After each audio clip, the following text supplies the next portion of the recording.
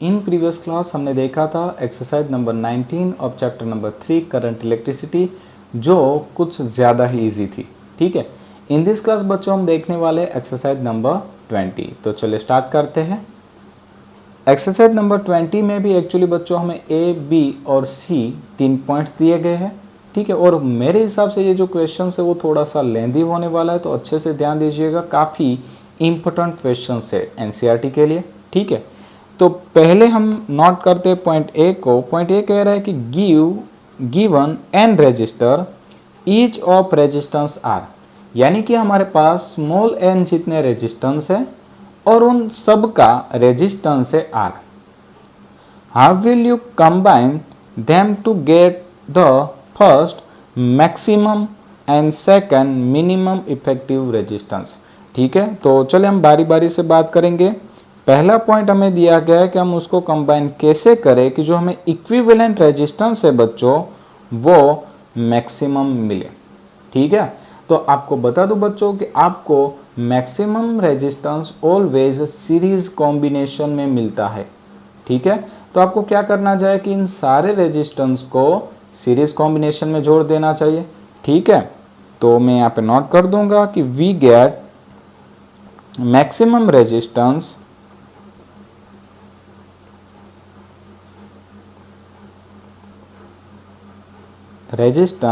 इन series combination. ठीक है बच्चों, सीरीज कॉम्बिनेशन।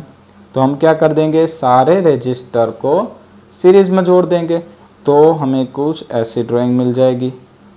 ठीक है, ऐसे ऐसे करके ऐसे, तो यहाँ पे आ गया आर आर आर, ऐसे कितने रेजिस्टेंस हमने जोड़ दिए हैं, एन। ठीक है, मैं यहाँ पे नाम दे देता हूँ 1 2 अप टू एन।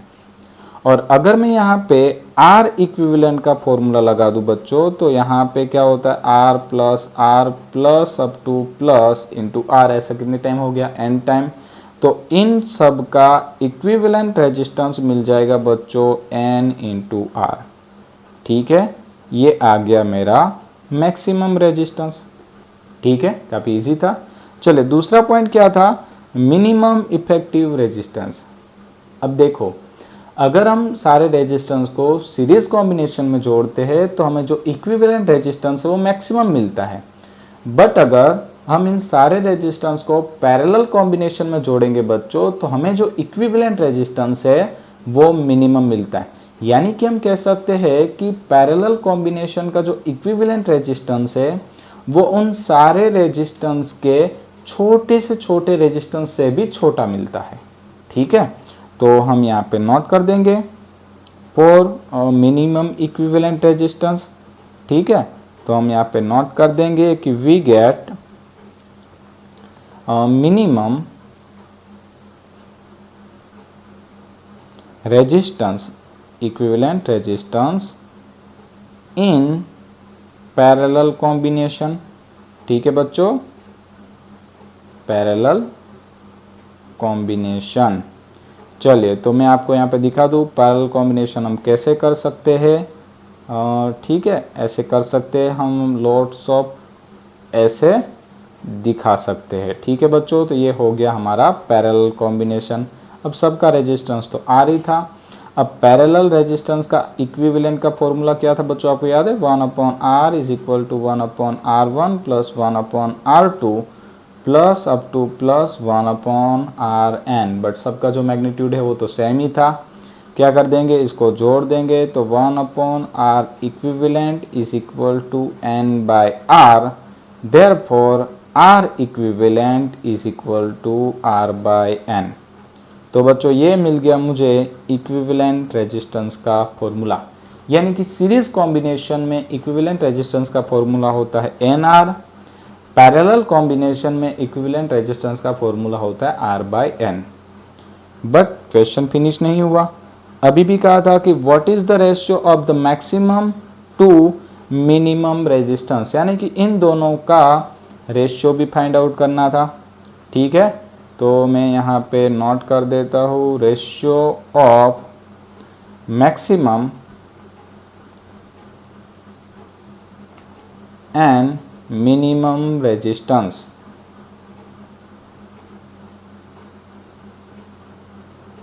ठीक है बच्चों, तो हम यहाँ पे नोट कर सकते हैं। चले मैक्सिमम कितना आया था, एन आर, तो मैं यहाँ पे नोट करता हूँ N R divide by minimum आया था R by N, R R cancel, N चला जाएगा ऊपर, तो ये आ गया N square.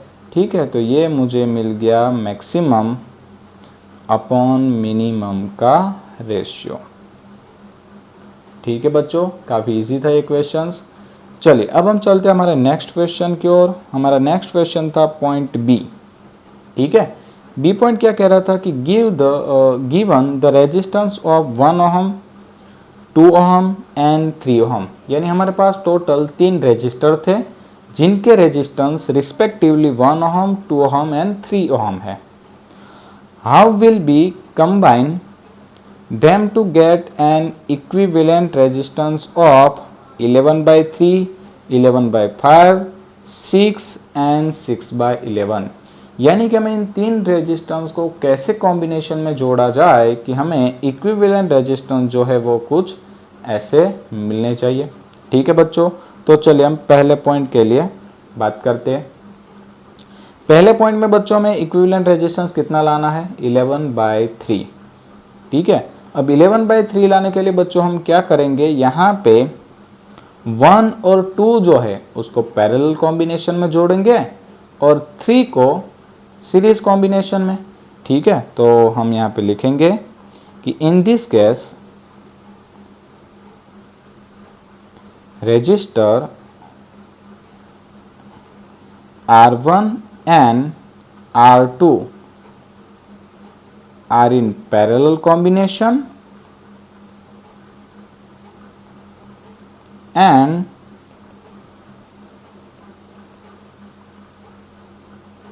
R3 are in series combination। ठीक है बच्चों, चलिए हमने ऐसा जोड़ दिया है, तो मैं उसकी ड्राइंग भी बना देता हूँ। ठीक है, चलिए ये आ गया R1 यानी कि ये था 1 ओहम, R2 जो था 2 ओहम और R3 जो कितना था 3 ओहम। ठीक है, चेक करते हैं। देखिए 1 और 2 जो है वो पैरेलल में है, तो इसका इक्विवेलेंट पहले हम फाइंड आउट कर लेते हैं। मैं उसको नाम देता हूँ R डैश, तो R dash is equal to क्या हो जाएगा, R1 R2 upon R1 plus R2। ठीक है, क्या होगा यहाँ पे 1 इंटू 2 डिवाइड बाय 1 प्लस 2, तो ये हो गया 2/3। ठीक है बच्चों, और ये जो तीसरा था यानी कि R3 वो सीरीज में था, तो मुझे यहाँ पे मिल सकता है R equivalent is equal to R dash plus R3 is equal to 2/3 plus 3 LCM ले लीजिए, तो 3 इंटू 3 9, 9 प्लस 2 यानी ये मिल जाएगा मुझे 11/3 ओहम। राइट, तो ये आ गया बच्चों हमारा आंसर 11/3 ओहम। राइट, तो उसके लिए हमें कुछ इस प्रकार का कॉम्बिनेशन लेना होगा। चलिए दूसरे के लिए बात करते हैं। दूसरा क्या है, 11/5। ठीक है, ओके, 11/5 के लिए बच्चों हम क्या करेंगे कि 2 और 3 को पैरेलल कॉम्बिनेशन में जोड़ेंगे। ठीक है, तो हम यहाँ पे लिख देंगे कि in this case R2 and R3 are in parallel combination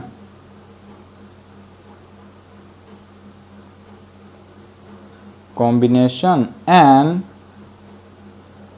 R1 is in series।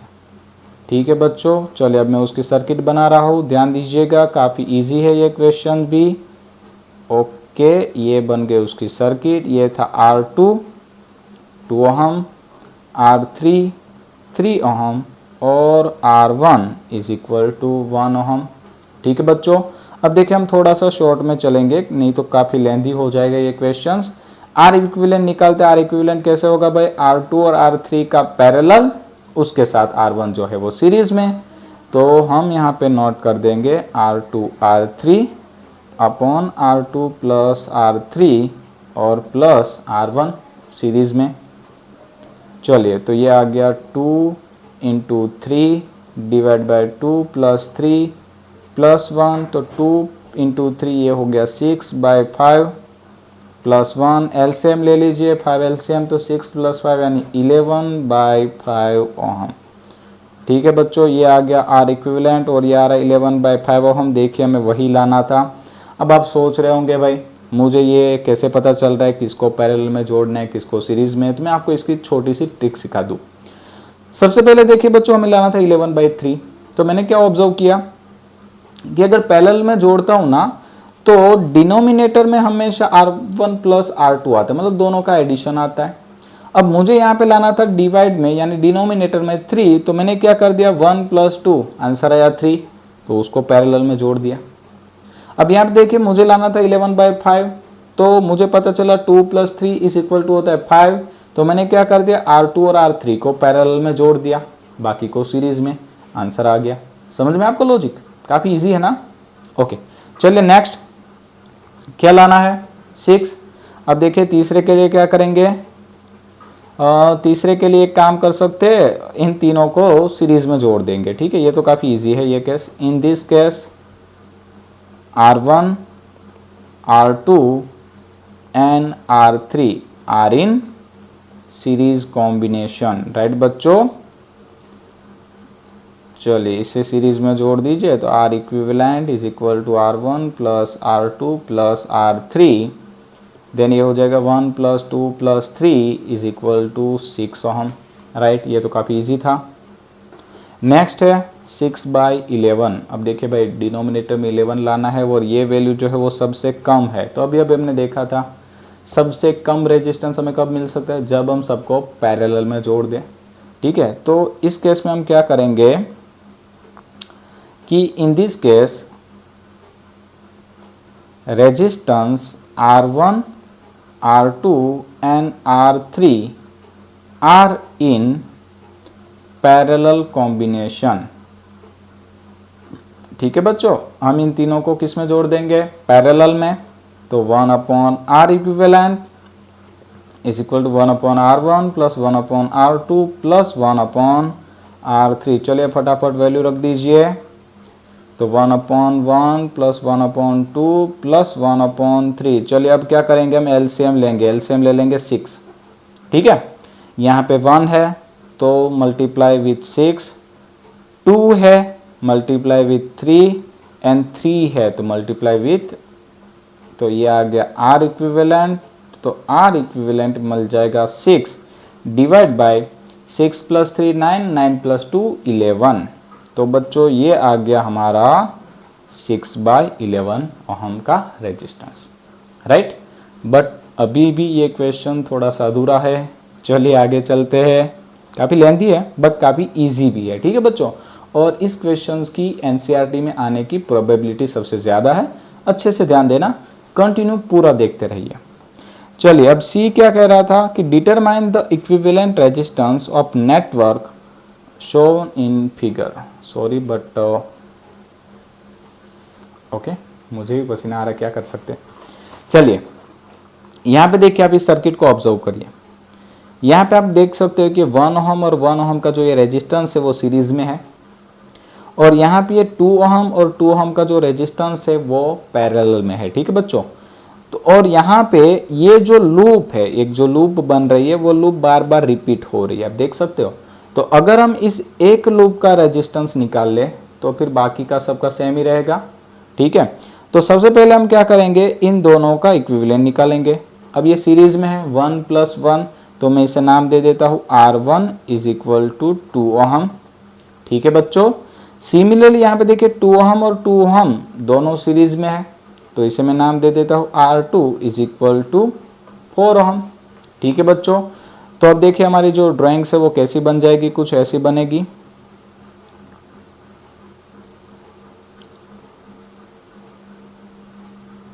ठीक है, ये आ गया 2 ओहम, ये आ गया 4 ओहम। सिमिलरली ऐसी जो ड्राइंग्स है वो रिपीट होती रहेगी। ठीक है, मैं यहाँ पे अच्छे से आपको ड्रॉ करके दिखा देता हूँ।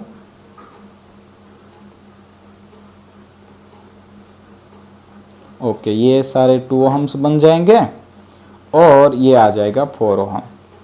ठीक है बच्चों, अब ध्यान दीजिए ये दोनों जो है वो पैरेलल कॉम्बिनेशन में है, तो हम उसका इक्विवेलेंट निकाल लेते हैं। तो R dash is equal to R1 R2 divide by R1 plus R2, therefore ये हो जाएगा 2 इंटू 4 डिवाइड बाय 2 प्लस 4, तो 2 इंटू 4 कितना हो गया 8 डिवाइड बाय 6, काट देंगे तो ये आ जाएगा 4/3।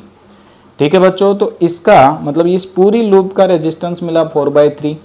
सिमिलरली इसका भी मिलेगा 4/3, इसका भी 4/3 और इसका भी 4/3। तो फाइनली हमें कुछ ऐसी सर्किट मिल जाएगी, एक रेजिस्टेंस 4/3, दूसरा 4/3 और ऐसा मिल जाएगा। ठीक है ना, राइट बच्चों, समझ में आ रहा है। अब देखिए कि ये जो चारों रेजिस्टेंस है वो किस कॉम्बिनेशन में है, सीरीज कॉम्बिनेशन में। तो हम यहाँ पे लिख सकते हैं कि फाइनल रेजिस्टेंस, ठीक है, final resistance R equivalent is equal to 4 into 4/3, series में तो ऐड होता है ना, तो 4 इंटू 4 तो ये हो गया 16/3 ओहम। राइट बच्चों, तो चले इस सर्किट का इक्विवेलेंट रेजिस्टेंस आ गया 16/3 ओहम। ठीक है, और इसका एक दूसरा भी क्वेश्चन था, हमें उसमें भी इक्विवेलेंट रेजिस्टेंस फाइंड आउट करना था। अब देखिए आपको ये सर्किट नज़र आ रही होगी। अब ये जो सर्किट है बच्चों वो थोड़ी सी कॉम्प्लिकेटेड फॉर्मेशन में है, मैं आपको थोड़ी सी इजी बना देता हूँ। ठीक है, अब देखिए सपोज मैं यहाँ पे नाम देता हूँ पॉइंट ए, यहाँ पे नाम देता हूँ पॉइंट बी, तो ये सर्किट कैसे बन जाएगी, ये पॉइंट ए, एक रेजिस्टेंस है आर। ठीक है, यहाँ से हमने शुरू किया, ए एक रेजिस्टेंस, फिर दूसरा आया, फिर तीसरा, चौथा एंड फिफ्थ, यानी कि यहाँ पे हमारे पास टोटल 5 रेजिस्टेंस है जो कुछ इस प्रकार से सीरीज में जुड़े हुए थे। ठीक है, तो इसकी एक सरल सी ड्राइंग हमने बना दी। अब आप देख सकते हैं यहाँ पे जो ये सारे रेजिस्टेंस है वो किस कॉम्बिनेशन में आ गए, सीरीज कॉम्बिनेशन में। ठीक है, तो हम यहाँ पे देख सकते हैं कि shown in figure all the resistance is in series combination, right बच्चों, सीरीज कॉम्बिनेशन। अब हम यहाँ पे R इक्विवेलेंट निकाल सकते हैं, R equivalent is equal to R plus R plus R plus R and plus R, तो ये हमारा टोटल हो गया R equivalent is equal to 5R। Right बच्चा पार्टी, तो आई होप आपको इस क्वेश्चन में काफ़ी ज़्यादा मज़ा आया होगा, थोड़ा सा लेंथी था बट काफ़ी ईजी था। ठीक है, इन नेक्स्ट लेक्चर बच्चा पार्टी हम मिलेंगे एक्सरसाइज नंबर 21 के साथ। Thank you.